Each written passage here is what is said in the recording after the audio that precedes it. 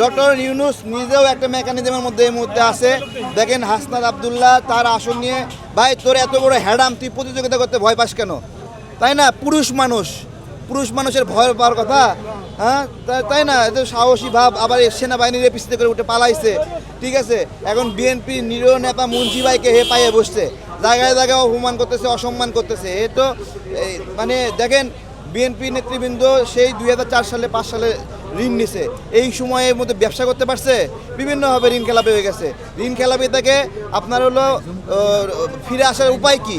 একটা নির্দিষ্ট অ্যামাউন্ট ফেরত দিয়ে এটা তফসিলি হওয়া, পুনরায় রিশিডিউল করা।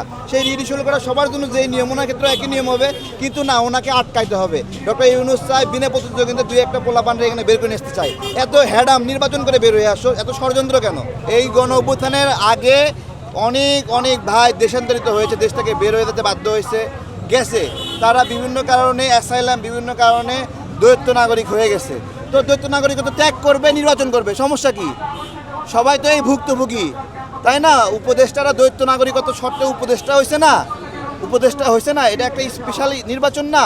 এই নির্বাচনে আসিফ মাহমুদ, তারপর মাহফুজরা নির্বাচন করতে চাইছে না? নাইত এখনও উপদেষ্টা হয়ে নির্বাচন করতেছে না? এটা নিয়মের ব্যত্যয় না? উপদেষ্টারা নির্বাচন করতে পারে কখনো? করতেছে না।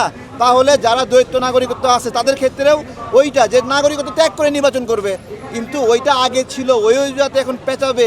আর এরা এই চোরগুলো সবসময় মজলুম সাজার চেষ্টা করে, দেখেন আপনার হলো 10 জন জামাতের প্রার্থীতা বাতিল হয়েছে, কিন্তু ডবল 20 জন হচ্ছে বিএনপির। ক্ষতিগ্রস্ত হচ্ছে বিএনপি, এরা কান্নাকাটি করে যে ওদের ক্ষতি হচ্ছে।